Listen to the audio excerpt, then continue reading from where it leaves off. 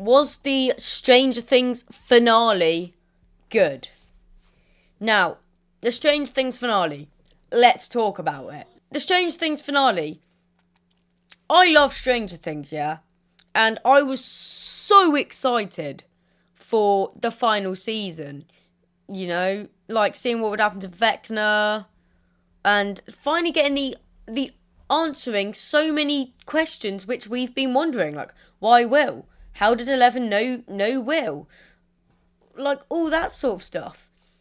Yeah, and season 5 came along and we just didn't find out any of it. The Duffer Brothers said that season 5 would answer all your questions, though if anything, I had more questions. Like, it was a bit ridiculous. And I genuinely think it's really sad because before season 5 came out, I believed that Stranger Things had potential to become the greatest show of all time. Hear me out. Hear me out. Stranger Things had the potential to become the greatest show of all time. Though they ruined it. Because it was just pointless. Like, you're telling me that the main villain, who is like insanely strong, some like interdimensional wizard, didn't kill a single main character. And Eddie is not a main character. I'm dying on that hill. He was not a main character. And the thing is, like, the final episode, it was so trash. It was so trash. Like, you can't tell me that the villain they've been hyping up for 5 seasons, the Mind Flayer, this like extremely powerful creature, like as old as time, gets killed in 12 minutes. No deaths, but a bunch of kids. It was awful. Worst final boss fight I've ever seen. And see, the first 4 episodes, they started off with a bang. They were really good. We were all excited. But then they led to nothing. Volume 2, it was just like, well, that was okay. I just feel like they did the safest ending possible. And they just could have done so much better. Like, honestly. Though I say, we see what Moist Critical has to say as well. Series finale just aired. 10 years, 5 seasons. Also, the journey is now is the concluded. I didn't make a review after Volume 2 dropped. I made one after Volume 1. I had a hot take people didn't quite like, perhaps a little too spicy. I thought it was a pretty underwhelming start. Volume 2 rolls around and people are singing a little bit of a different tune there. I thought it was even weaker than Volume 1. Since the finale aired, I'm going to give you my all-encompassing review of the Stranger Things Season 5. So with Volume 2, I thought it introduced even more ass pulls. So now all of a sudden, Mama Wheeler is a superhero. She like instantly overcomes her injuries, and as they're being chased by the Demogorgon dogs, the Demo dogs, Robin... Nah. Volume 2, yeah? Why did everyone have so much plot armor? I'm telling you, there was like 7 different times in that one episode. I can't remember which episode it was. Though, it was like... There was like 7 times in one episode where characters just should have died. Yet they had some crazy clutch up. It just wasn't realistic. Now, obviously, don't go shouting at me, oh, there's an upside down. Of course it's going to be realistic. Yeah, you can at least add some sort of relativity to the show. Otherwise, it's just going to be like, he won. There's no stakes. Also, why were the Duffer Brothers hinting that, like, everyone was going to be bawling their eyes out, oh, it's going to be a dark Christmas, despite there being no deaths, and it wasn't really sad at all. Though, and they could have done 11's death so much better. I did think she was going to die, though. Though, yeah, and also, the conformity gate theory, that's just ridiculous. They were like, no, because if you look at the if you look at the books, it says X a lie, which means that the episode is a lie. They were just reaching hard. Wait, Let's look at this. Stranger Things fans are literally going crazy. They think that there's a secret 9th episode coming out on January 7th based on a theory called Conformity Gate that claims that the season finale that we got isn't real and everyone is just conforming to the distorted reality in that epilogue. The thing is, there's a lot of evidence to back it. There like isn't. an absurd They're all reaching. They're all reaching so hard. amount. From how perfect the epilogue is, like the military just let them go after they took that out over was a 100 crazy soldiers. plot The hole. audience is sitting like Henry, the poster in the back is blank, the girl that doesn't like them invites them to a party and they Yeah, that's just like what happens in every cliche ending. It's just the fact that they did some cliche safe ending. skip it to go play D&D, and then Max calls out Mike for this happy and cozy ending. And isn't it kind of weird that Mike was the leader in Volume 1 until Episode 4 where he gets knocked out by Vecna, and then he literally does nothing and he's just an observer for the rest of the season. It's just Then bad there's Mike's writing. resemblance to Henry with the haircut It's and the bad glasses. But writing. also Mike and Nancy conforming to what they feared the most, becoming their parents and looking exactly like them in the epilogue. Then there's the parallels with the Truman Show and Mike's basement steps looking exactly like the Truman Show poster. Then there's this scene. We see Will They don't. They look like stairs. Ooh. put his binder up Yeah, and this Mike was the doesn't biggest last, reach. but then they switch the order to where Dustin's is second to last, and that just spells out X a lie, Dimension X is a lie. Then there's David Bowie's Heroes that plays in the Though credits. in the show, it isn't actually called Dimension X. It's a fan-made like name before it was called The Abyss. It's only ever used in episodes that there's a fake death in. There's the D&D campaign from season 1 that's 10 hours long, which is the exact runtime of season 5. And there's 7s everywhere. Will rolls a 7 in that game, which means that they lose. The die in the end credits It's all of the finale coincidence. is on a Z2 7. There's 7 Reaper. seconds between Welcome each to the lightning stream, strike. man. The screen Wait, is goes this black Samuel? for 7 seconds after Steve falls off the tower. Lucas looking at the camera and saying he doesn't believe in coincidences, and Dustin after what's that that campaign supposed in to season mean? 1 saying that This conformity gate theory is just reaching, man. But yeah, back to the Lucas video. and Max We've been are reacting in- to this for 7 minutes. No, I think 10 minutes, and we're only 45 in a seconds laundry in. room in the hospital after the demo dogs have annihilated some soldiers. And while there, he is still playing Kate Bush to try and help Max back to the corporeal realm. And as they're taking cover by a washing machine, the demo dogs are scouring the area. It's 3 of them. And they're looking around as slow as possible. They're moving slower than I would if you fed me fucking 15 shots of absinthe. Like, it is unbelievable how slow they're moving. Robin even makes a mention Yeah, to welcome Lucas, to the like, stream, hey, George. Welcome turn to the off that stream, fucking George." Kate Bush. We gotta pipe down here real quick, or we're gonna die. And he's like, nope.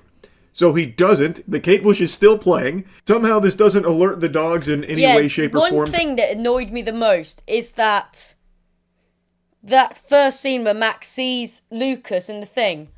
Why do you have no sense of urgency? Like, why? You see your boyfriend, yeah? You've been trapped in this, like, hellhole for the past 2 years. I was like, just walking in slow-mo. What are you doing? And then when she sees Holly, yeah, which, by the way, she just used Holly, bro. She just goes, Holly brings it to her and she's like, yep, bye now. See you later.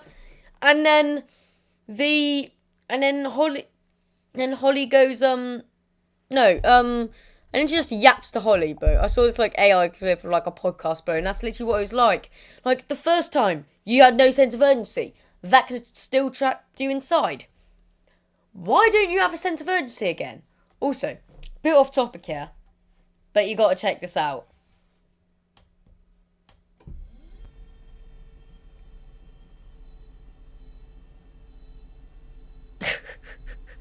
This desk auto adjusts, and I can stand up. And yeah, but let's move back down because I don't really want to be standing up. It's been a long day. To their location. Maybe they're huge Kate Bush fans and didn't want to interrupt the track, or maybe they're completely deaf. But as the dogs get closer, that's when Mama Wheeler pops in, because she had actually booby-trapped one of the washing machines. She put an explosive in there, and as the washing machine starts, all 3 dogs all of a sudden get alerted to it, I'm guessing by sound, so they're not fully deaf, and then they're just watching The washing machine completed guys, cycle by with the the way, you know explosive in there, someone blows up, how kills I'm all sat three. Mama like Wheeler Henry? saves the day. Yeah, that's literally, that's like evidence 2 that episodes the ago, we ninth just saw that episode's she coming can't out. really move, and she literally can't speak. But in this episode, not only can she move and speak, but she is like the fucking Terminator, and even has a full conversation about how she needs to get her daughter back. So I guess she has Wolverine's healing factor now, I suppose. But that's just To indicative be of fair, my main complaint of that this is like mother's adrenaline, though, isn't it? season, where everything just happens with no real explanation for how that's even possible for Exactly. it to be happening in that way. They're just like, well, it's fiction. It doesn't need an explanation. Yes, it does, because there's just plot holes. Everything is just so fucking convenient, and And there have you is seen such them interviews of the Duffer Brothers where they're just like, where you ask when they ask them a question and they're just like, oh, I don't know, did they? They're actually clueless. complete disregard for stakes anymore because everyone is basically immortal. We're going to be getting into spoilers here for the finale now, so big spoiler warning. I thought for sure in the finale this is where it was going to get dark, like they had hinted at so many times about there's going to be like dark Christmas for Stranger Things, that kind of thing. And still, even in the finale, nobody dies. He is sort of repeating what I've said. I have yapped pretty much to the limit about Strange Things. If it is just repeating, we will skip. Except for one character they brought back, which was Elle's sister, who we hadn't seen since season 2 in the most hated episode in the entire fucking history of the series, basically. Well, second only to the conclusion of Volume 2, I suppose. So a character we don't know, can't really care about, who had very little screen time in the season, is the one they decided to kill as the emotional moment. But there was just a complete reluctance here from the writers to actually kill off characters that made sense to kill off in that moment for like a whole completed character arc, and to remind the audience that this is an intense situation. This is, life or death scenarios. It's not Weenie Hut Jr. Previous seasons, they had no problem doing that. Killing off Eddie in last season, for example. I thought they executed that very well. It was emotional. But in this season, they almost kind of make his death a joke. Sorry, I'm like, it just really sorting feels out my worthless because second the Upside screen, Down is no which is, longer like, a making scary enemy in and of make itself. sure that it's The Upside loading Down is basically just going to the park, except it's dark and cloudy. Exactly. That's it. There's the first season was so dangerous, and this season there was no danger Those whatsoever. bats that annihilated Eddie, that he sacrificed himself trying to save Exactly. Where were the Demogorgons and the Demobats in the final battle? Where were they? everyone with those bats, they're not even here. They don't exist anymore. I guess the bats were so impressed with his courage that they all killed themselves. I mean, you could make a leap saying like the military went in and wiped them all out. Maybe, I guess. That's not something they showed. Or you could talk about like Vecna's pseudo-defeat, maybe having all the bats go extinct. I guess maybe. But even still, that choice to no longer have like actual enemies or terror in the Upside Down takes so much wind out of its sails. You can literally just fucking spring break there. And they spend most of the season doing that in the Upside Down. I just don't like how afraid they were to kill off characters or even really put them in scenarios of peril where you thought they might die. There was only like one or two moments where I thought, oh, this character's going to die here, and then they didn't. And I don't want this to get twisted because you don't have to have characters dying left and right in order to make it a compelling... Also, the Nancy and Jonathan scene. You can't have was it a breakup or was it an engagement? No one really knows. Because I originally thought they'd got engaged because they thought they were going to die, and they were like, if we were to live, would you marry me? Yes. I thought they were engaged. Don't know, apparently the unproposal means, yeah, even though we're dying right now, I'm breaking up with you. Worst possible time and place to break up with someone. Just be like, yes, Jonathan, I love you. I love you. You don't need to make his last emotions being dumped. Emotional story. But Stranger Things, across 4 seasons, did use that as a very effective tool in this universe, so to have it all of a sudden no longer be present in any way, shape, or form, it feels underwhelming, especially for what's supposed to be the gloves coming off final season finale that we've been building to for a fucking decade. And it just felt so easy for them to do exactly what they wanted, everything falling exactly how they needed it to according to plan, and if things were a little cattywampus out of whack, it was like that to fix it. It just felt so simple. for them. So I just leave feeling underwhelmed. Now, of course, everyone was talking about and making fun of Volume 2's final episode with Will, taking control of Vecna and turning his head saying, run, that kind of thing. And also the Will coming out scene, a lot of people were clowning on that for being like, There's nothing wrong with Will coming out as gay. But then was not the time. You're telling me that when you need to leave in 15 minutes to save the world, now's the time you need to say it. Also, I couldn't help but feel awkward when he just goes, yeah, I've had yep. And I've even had a crush on a few friends. Mike.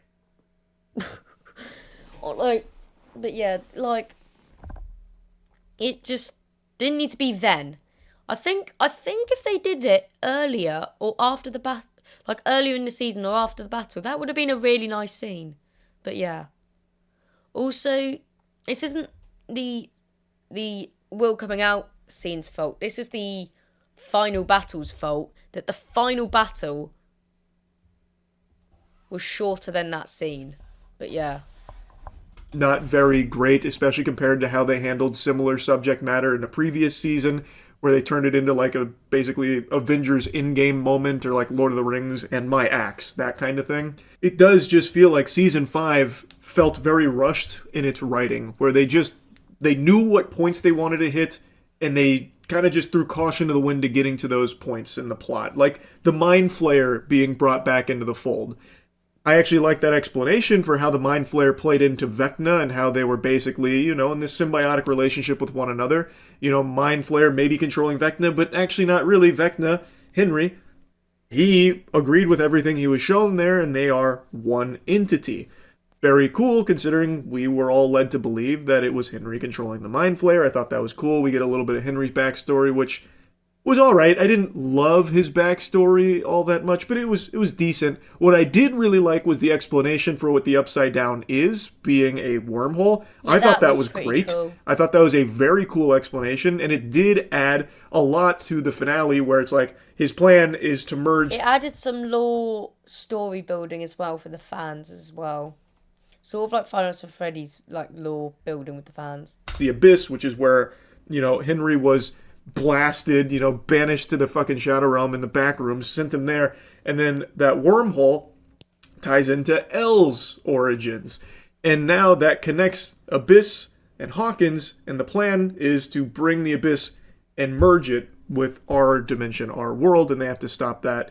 I thought that was all very cool. I really liked that. I don't think it was all bad or anything like that. There are some things I liked. I thought there were even some great moments in the season. But on the whole, it just feels like a lot of it was super rushed. And overall, I find it to be the weakest season in the franchise. And being the series finale, the final season, that just leaves me feeling a little underwhelmed. All I'm saying, just a little disappointing. Because, some characters that we had watched for 4 seasons prior barely had anything to do in this season. For example, Joyce and Jonathan, it feels like they're not even related anymore.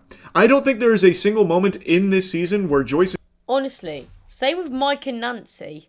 Did Mike and Nancy interact that entire season? It's so weird. Also, none of the Wheeler children look related. None of them. And Jonathan even... So that isn't their fault, really, because it was, spanned over the 9 years. That also shouldn't have spanned 9 years. Spoke to each other in anything that resembles, love or family.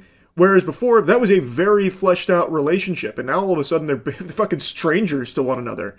They just brought in so many characters into the fold that some of them that we had followed for a decade. Yep, the relationships sort of between characters sort of became weaker as they added more characters. They had to, in Murray's words, they had to water the relationships down. But yeah. It just didn't have a whole lot to do and just didn't do fucking anything, really. And one of the main characters in Season 5, Holly, is a character that had nothing to do for the previous 4 seasons, but now has more screen time than I think any other individual character from the main cast. Though she was a good character. And fair play to her. The actor of her is phenomenal. But That's yeah. just kind of like a weird decision. That is so gross how, like, I've seen, like people, like, my age and above, just, like, simping over her. Like, dude, she's 14. That's so weird. To make where now all of a sudden you're bringing in yet They need to have their hard drives checked. another character in an already jam-packed series of characters that now we're spending most of the time with and kind of sidelining the others, putting them on the bench. Just, it felt like an odd direction to take it. I don't think Holly was like a bad character, and the arc she goes on with being kidnapped by Henry and everything, I thought was a pretty compelling piece to this season. But I also don't think it necessitated that much screen time and that much focus, which was taken away from the rest of the crew, who then, when we see them, they've basically solved all the problems and are in position now to execute their plan, and you're left wondering, well, how the fuck did we even get to this point? You know what I mean? Those are kind of like my broad strokes impressions of Season 5 as a whole, but I want to talk specifically now about the finale, because I liked the finale much more than most of the episodes of this season.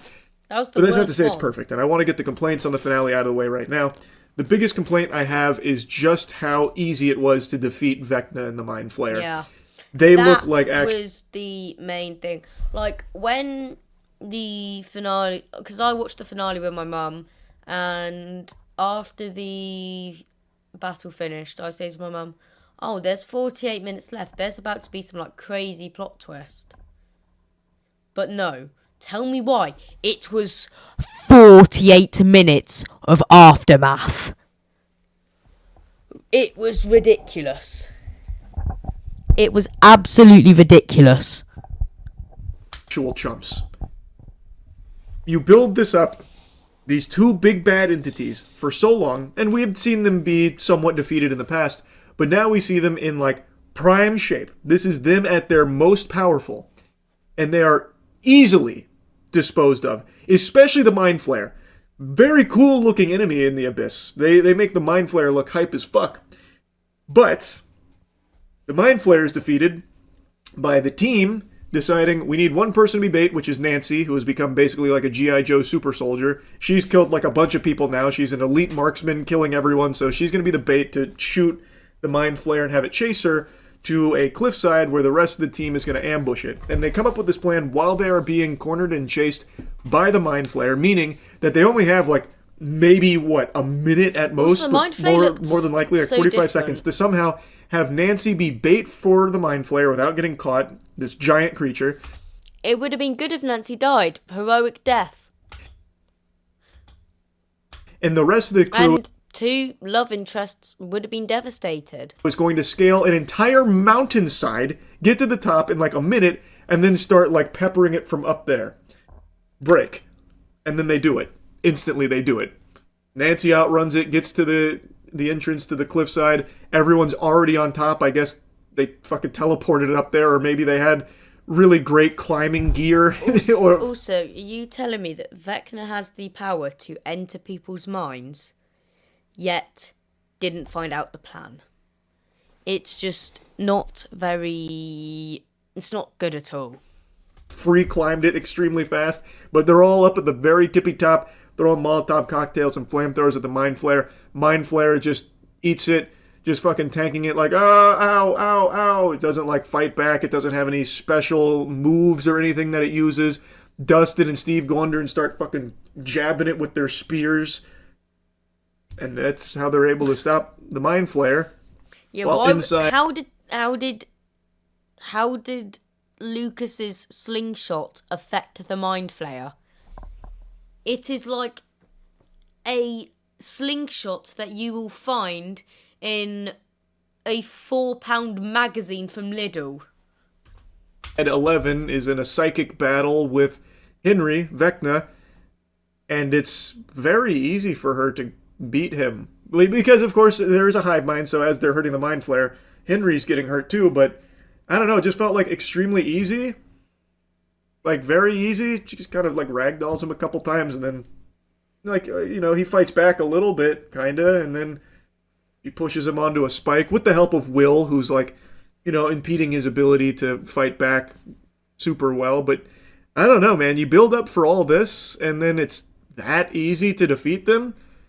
it just, I don't know, it just, like I said, feels just a little underwhelming is all. And my other big complaint is the military here. They're just like the evil presence that wants to just make... Yeah, the military were actually just there for the vibes. Like, honestly, they actually didn't add anything to the plot. Like, they were holding all these creatures, yeah? They're holding all the upside-down creatures. Yet, all their storyline just led to nothing. More psychic soldiers, so they want to kidnap... Plus, what happened to the upside-down gate in Russia?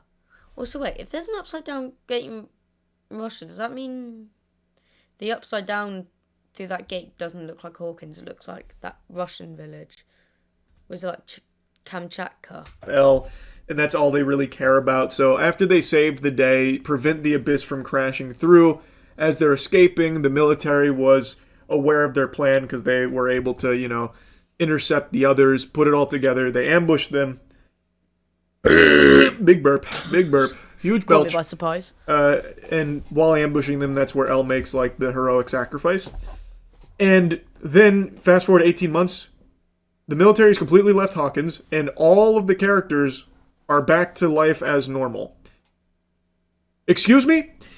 Nancy herself mowed down, like, 6 soldiers we saw, like, from the top of a truck. She just kills, like, 6 dudes. Hopper killed probably, like, fucking 40 of them. Like, a lot of soldiers died as a result of our team here that we follow. And I mean, like, directly killed by them. Shot. Murdered. Like, not an accident where, like, a piece of debris fell on them. I mean, like, I'm surprised all of them didn't get sentenced to death for, like, 50 counts of domestic terrorism. Deliberately, they were killed by them, and yet the military just lets them go. I was shocked. Then, how would the government exactly explain that? Because they're like, well, there was no terrorist attack.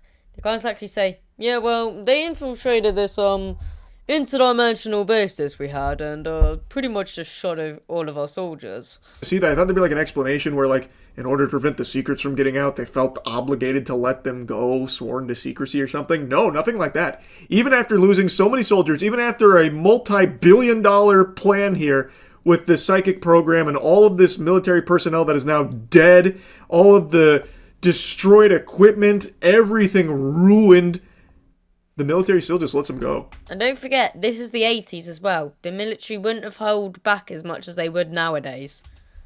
What the fuck? I was so confused. But again, that's what I'm saying. It just feels like a lot of it's just for the sake of convenience with no real explanation. It just feels rushed. Like, that's crazy to me that after all of that, they just immediately, like, release them. There's not even a mention of them, like, spending time in jail or something and reaching some kind of deal. They're just instantly free to go. Like, after Elle sacrificed herself, I guess Dr. K was like, well, time's up. And then just said, all right. Yeah. Well, that's one death of your friend. Despite only being one death, it's changed my mind, and actually, I forgive you for killing 200 of our men. We're going to go ahead and leave now. Nothing more to be done here. Unless I missed something, but I don't think I did. And even if I did, I really can't think of any explanation where they'd be like, oh yeah, all those soldiers you killed and everything that you've done here that was highly illegal, that led to so much death and so much destruction. Right. We're okay with that. We're just gonna leave and let bygones be bygones. This might genuinely take that was weird. The rest. That was just weird. It's the all. Whole stream. And I don't want to harp too much on the negatives because, like I said, there were a lot of things I liked about it.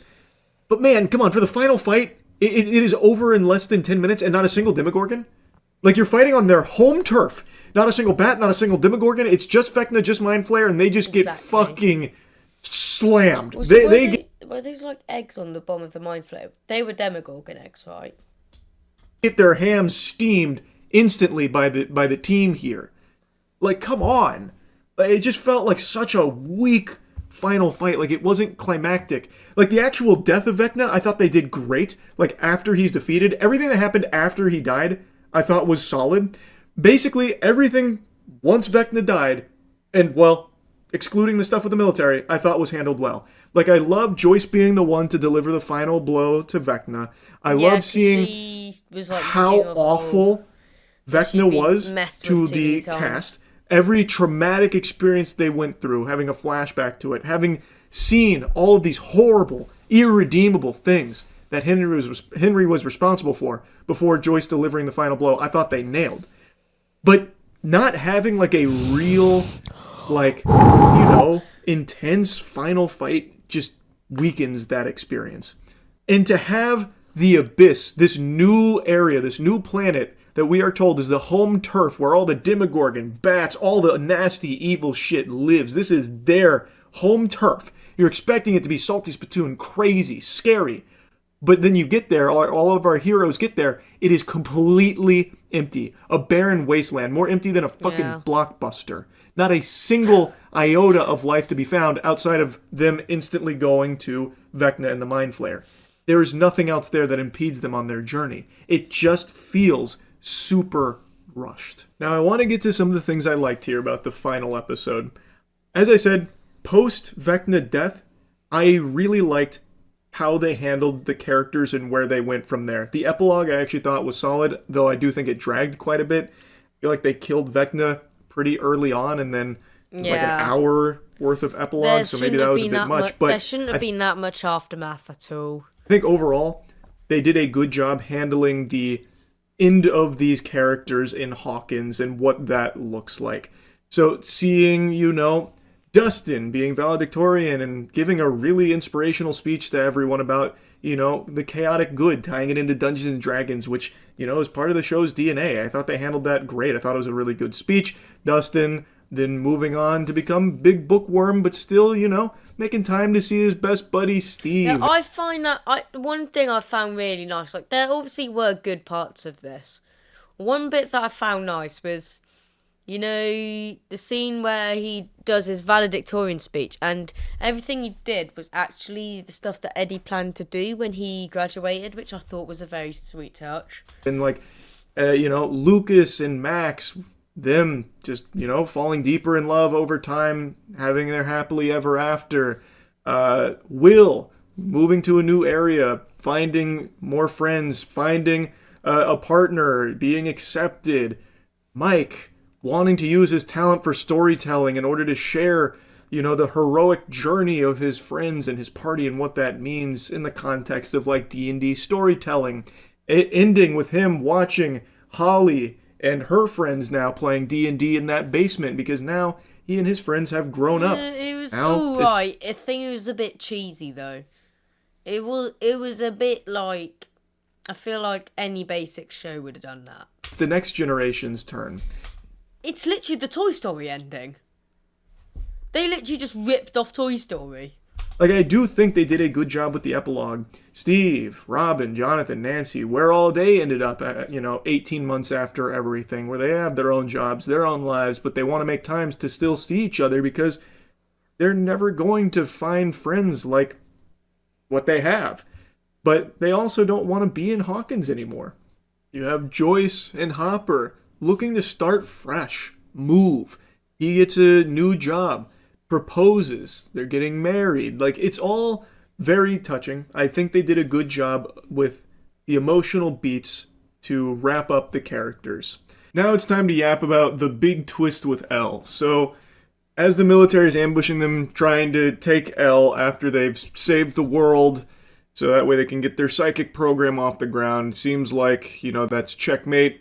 And then Elle somehow was able to escape their clutches, and she sacrifices herself right in front of everyone.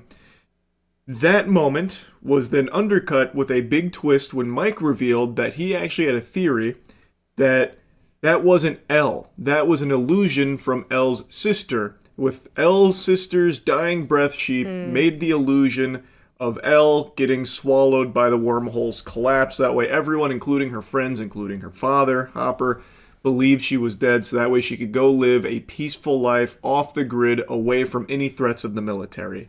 So Elle is still alive. That's his theory.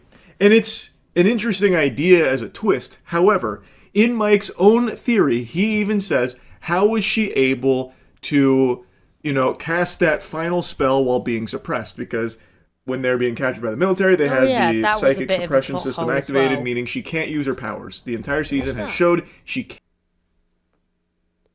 Is that a rabbit? What is that? That isn't cannot the use her dog, powers. surely. And even in like the big reveal moment, she is struggling to escape, not using her powers or anything at all as she leaves.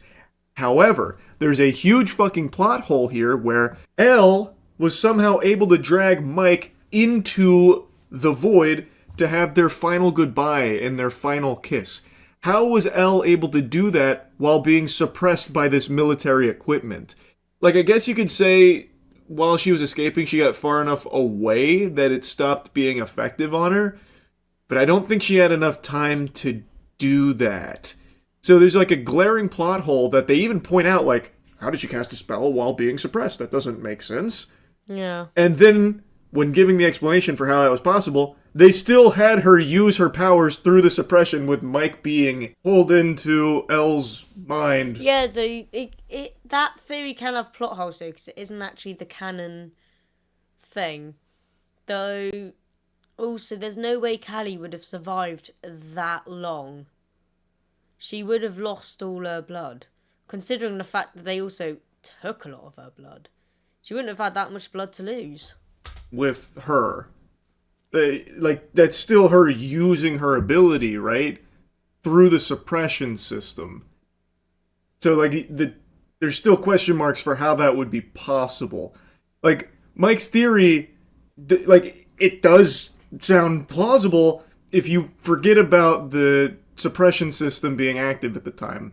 Like, I'm sure Hop would have told him about Callie's death, so this would be something that he could start to, like, rationalize as maybe they had this secret plan together. The twist as an idea, I think, is cool, and it does make sense with, you know, Hopper's speech being so emotional and having Callie hear that, her wanting to maybe do something to save Elle's life so that way she can go live the life that, you know, she's always wanted and always deserved, you know, being able to live peaceful, happy, that kind of thing. But I don't think they were able to really pull it off in a way that makes sense, because you just have to, like, forget how things have already been established in order for this to work. Also, the lab blew up, like, way before Elle was taken away, and that's where Callie was, in Mike's theory, projecting this illusion of Elle. So, when it blew up, that should have also fucking evaporated the illusion too, because Callie would have died there way before Elle did, yet the illusion was still there. What is it? Exotic matter would have just evaporated her. Persisted. So, like, there's just multiple things about it, like this theory, that don't really work when you stop to think about it. Now, there is an explanation I've seen people say that I think kind of makes sense here, that it's a coping mechanism for Mike. This is how he's going to accept what happened and move on, by making up this happily ever after for Elle, even though it's not the reality of it. I think that makes a little more sense, where that didn't happen. That is just, you know, a story that he's telling that brings him and the rest of the party comfort, believing Elle is out there, having her happily ever after as well. But the reality is, she did sacrifice herself there in that moment. I think that makes more sense, that this is just his story. This is what he chooses to believe, as opposed to being what actually happened. Just my overall impressions of the season are that it felt rushed, and a lot of things about it I just don't think worked, and kind of betrayed what they had set up for 4 seasons worth of build-up and emotional stakes and weight. And their reluctance to, like, kill any characters, I do think, was to the detriment of the season, and I really just don't. Do you reckon it was because the Duffer Brothers had, like, some sentimental bond though, and they're like, no, I don't want to kill Steve, I love him too much? I don't understand why they kept, like, pretending that this was going to be, like, the darkest season ever. I hope you're ready to have a fucking sad Christmas with Volume 2 coming around and all that. Like, I don't get that. Maybe just the big bait and switch or something, because it really is, like, the truest happily ever after I've ever seen to a show, to a degree where in some cases it literally just doesn't even make sense how they were able to pull it out of their ass that the characters survive. So, I won't yap about it too much. It's already been like fucking 20 minutes. It wasn't a bad finale by any means. Like, I do think there were quite a few things to like about it. It had good scenes, but overall it was just a bad finale. The season as a whole, I think, is definitely the weakest. I think they really wanted to wrap this up, and so they kind of speed ran a lot of things with it. which just is a little disappointing. Anyway, though, that's really about it. So, yeah. W video, guys. W video. I liked that a lot. It was 90% yap, 10% video. Though, yeah, I enjoyed that.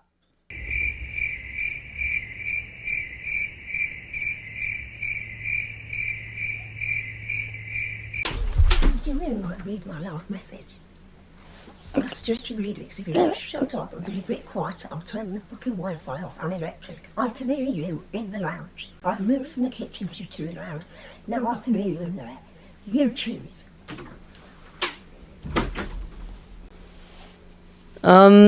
Yeah, as I was saying, I don't want to keep my grandparents up, so I'm gonna end stream. Though, yeah. See you tomorrow. Peace out.